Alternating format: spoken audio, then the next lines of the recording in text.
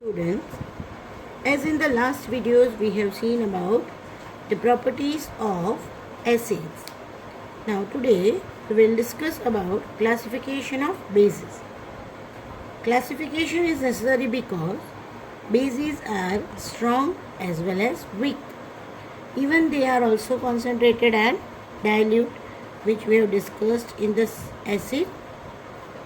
So what are strong bases? The bases which are almost ionized when dissolved in water. When base is dissolved in water and complete ionization takes place, that means OH minus completely dissolves in the water, then such substances are called strong bases. Sodium hydroxide, potassium hydroxide are the example of strong bases.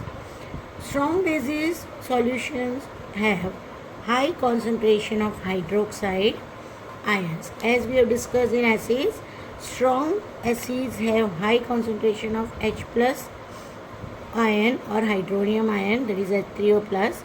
Here OH minus is more because the ionizes completely. So their amount will be more in the solution. The solutions of strong bases in water are highly conducting. That means highly conducting, that means they are good conductor of electricity. The strong bases which dissolves in water are called alkalis. So in somewhere some reference book, instead of bases, if alkalis is written, then we must understand that these are the bases which are able to dissolve in water. So now what is weak bases? Those bases which partially ionizes, not completely OH minus gets separated and dissolved in the solution, but some amount of the hydroxide ion when dissolves, then it is called partially, and such bases are weak bases. Ammonium hydroxide, calcium hydroxide, magnesium hydroxide and many more are the weak bases. The solution of weak bases have low concentration of hydroxide ions. The solution of weak bases in water are poorly conducting. They conduct electricity but little, poor in conduction. This chemical properties of bases. Right? We have discussed chemical properties of acids. When acid reacts with metal, salt and hydrogen gas is produced. When acid reacts with metal oxide, when acid reacts with metal carbonate, and when acid reacts with base. When acid reacts with base, it gives salt and water. It is the common property for both acids and bases. We say acid reacts with base, gives salt and water. That is neutralization reaction. In the same way, if we say base reacts with acid, it will also give salt and water. So, reaction of acid and base is a neutralization reaction, which is a common property between acid and base. Here, when reaction is shown, a reaction of sodium hydroxide with metal such as zinc or aluminium. So, as shown in the diagram, we are supposed to take two test tubes A and B. In the test tube A, we will have to take concentrated NaOH, and in it zinc pieces are added. I have shown here yellow color, black color. It doesn't mean that yes, concentrated sodium hydroxide will be of yellow color.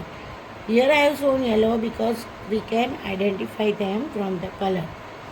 And as soon as the reaction takes place between NaOH and zinc pieces, zinc is a metal, the fume starts coming out. So, test tube B is to be kept inverted on test tube A and collect the fumes of the respective gas in the test tube B.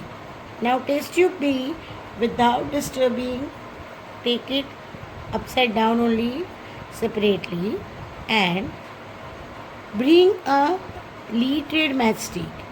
The matchstick which is already in the lighted position, bring it near this test tube B, and you will listen a pop sound with more bright flame. So when we observe this, a pop sound and a blue flame, we can conclude that bases react with metals such as zinc and aluminium to liberate hydrogen gas.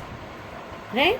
So the basic chemical property of the base is first, base reacts with metal, gives salt plus hydrogen gas. Here is the equation. Sodium hydroxide when reacts with zinc, it gives sodium zincate and hydrogen, right?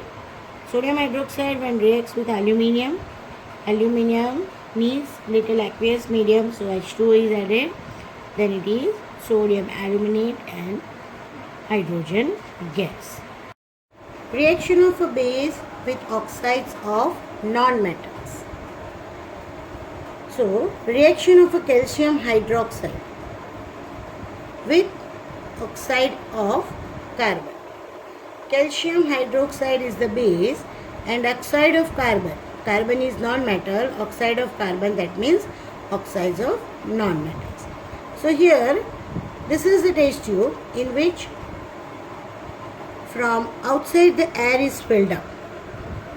This air consists of carbon dioxide gas. This carbon dioxide gas is made possible from the delivery tube, which is fixed in the rubber core, and carbon dioxide is collected in the another test tube. In this test tube, already calcium hydroxide is filled up. I have shown this color. It doesn't mean that it is the exact color of the calcium hydroxide, right? But this is because you can have little idea that yes, these two things are reacting. These pores are coming, that is the bubbles of the carbon dioxide gas. Carbon dioxide gas has a tendency of giving the effervescence. In the previous videos, in one of the videos I have explained, right?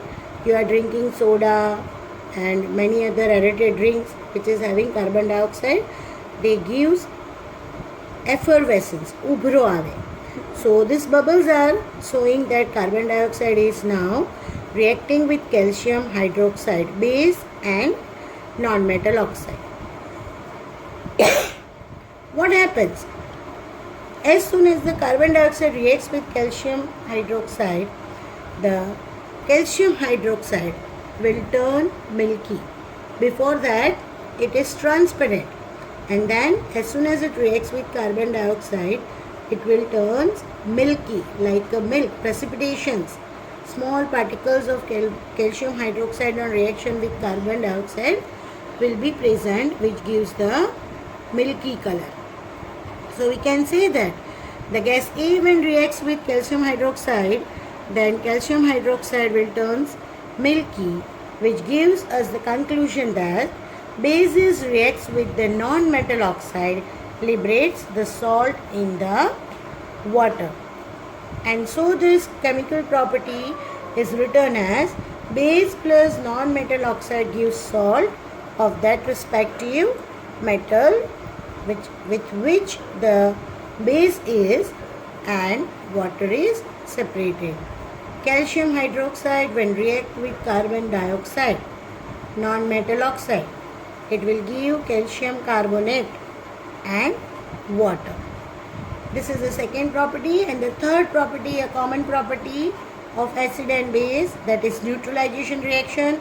Base reacts with acid, gives salt and water. The reaction here it is sodium hydroxide base, HCl, acid will give salt, NaCl and water. Aluminium hydroxide, one more base, H2SO4, sulfuric acid gives aluminium sulfate and water.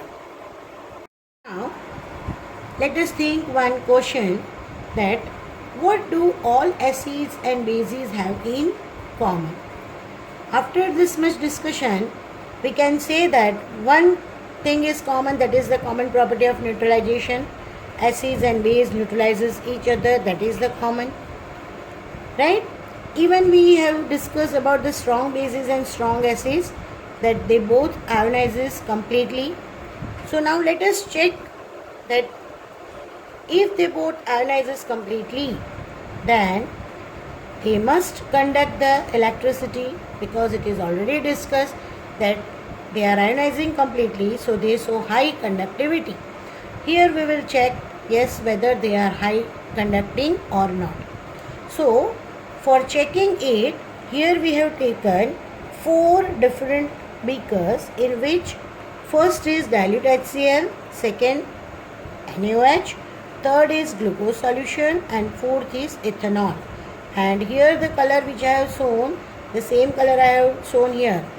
Once again I am reminding, whatever the color I have shown, it is not the real color of these all chemicals, but for your understanding I have represented it in this manner. And in this whole beaker the rubber cork is kept. To this rubber cork the iron nails are fixed. Instead of iron nails you can even use carbon rods. And to this iron nails a 6-volt battery is joined. This battery is connected with the bulb and a switch. You can see all 4 circuit also. Right? Now, as soon as the circuit is completed, that means the switch is on and the circuit is complete, we will see that the solution in which dilute hydrochloric acid is there, the bulb will start glowing. In the same way, the solution in which beaker in which solution of dilute NaOH is present, that bulb will also glow.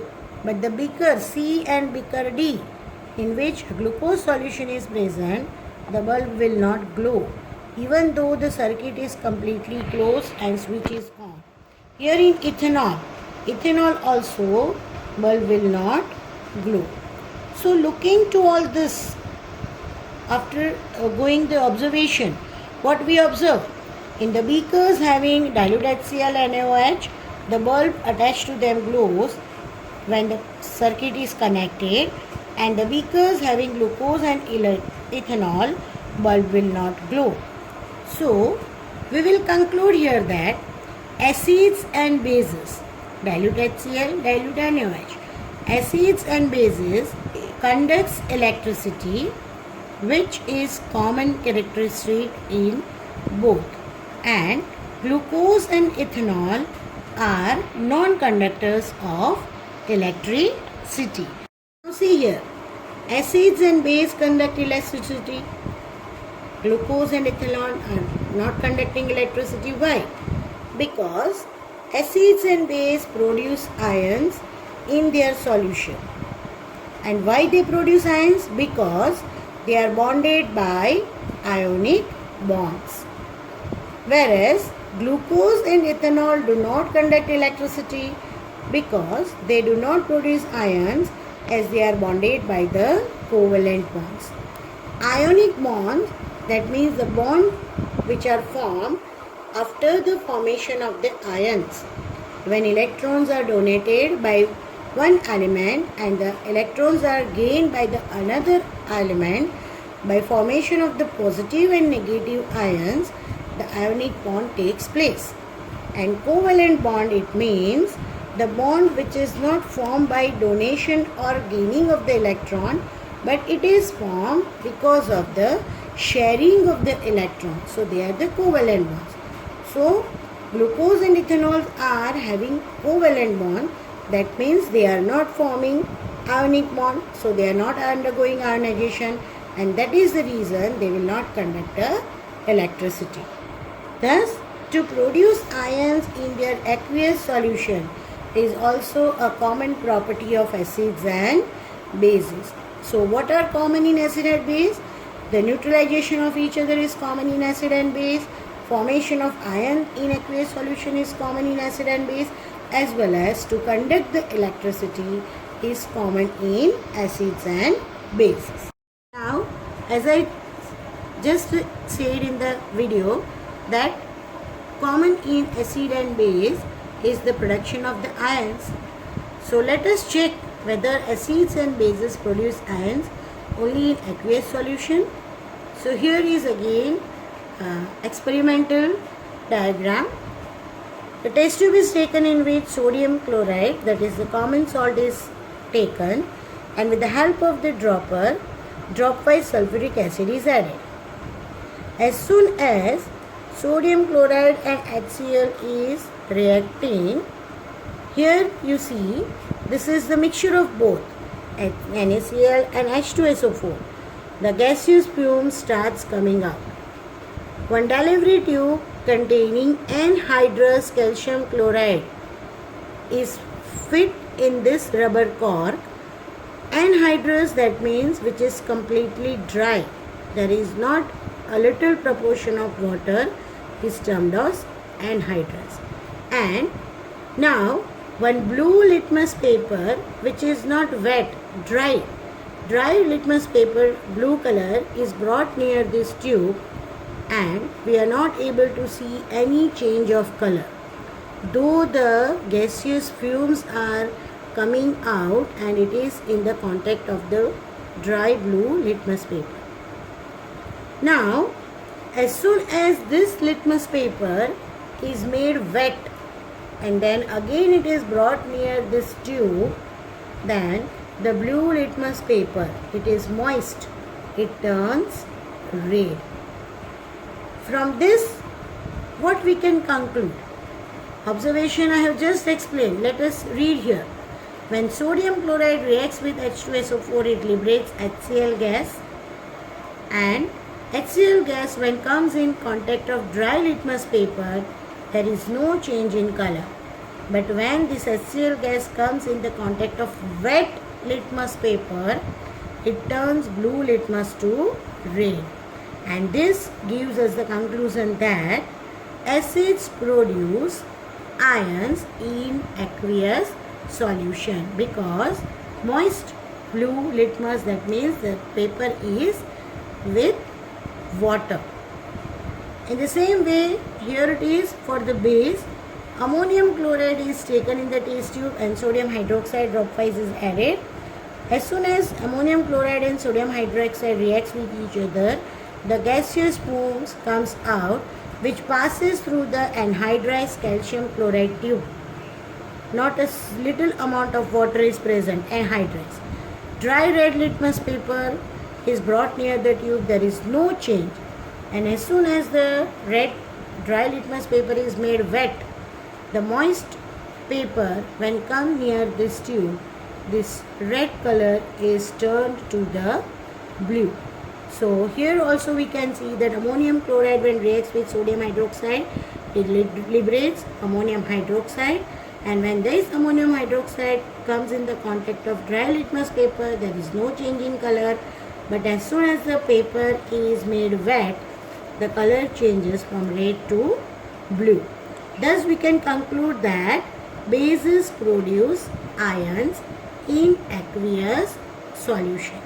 So see the reaction. Sodium chloride, when reacts with sulfuric acid, gives hydrochloric acid and salt, that is sodium sulfate. This HCl, when reacts with water, right, it gives hydronium ion H plus Cl minus. You can see and compare the Arrhenius representation. Substance containing hydrogen and hydroxide, when reacts with water, gives hydronium ion or acids, gives hydroxides ion or base. So here ammonium chloride plus NaOH gives ammonium hydroxide and salt. This ammonium hydroxide reacts with water, gives ammonium ion and hydroxide ion.